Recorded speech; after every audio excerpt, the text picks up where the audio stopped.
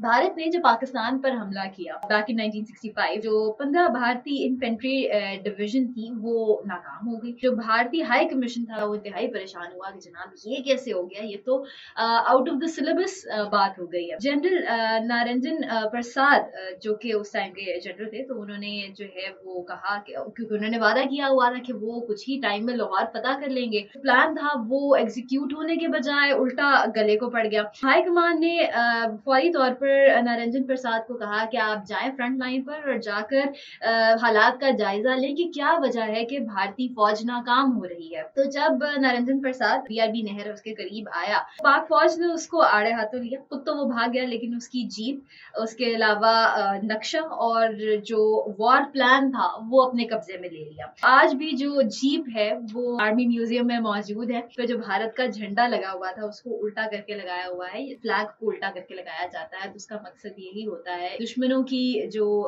फौज है उसने उसको टेकअप कर लिया था और इसी वजह से झंडे को उल्टा करके लगा दिया गया है। यानी कि अब वो एक सर्टेन जो चीज है वो अब पाकिस्तान कस्टडी में है और आज भी वो जीप आर्मी म्यूजियम में मौजूद है, जिसको बहुत सारे लोगों ने देखा भी होगा। लेकिन अगर नहीं देखा तो आप कभी आर्मी म्यूजियम जरूर विजिट कीजिए।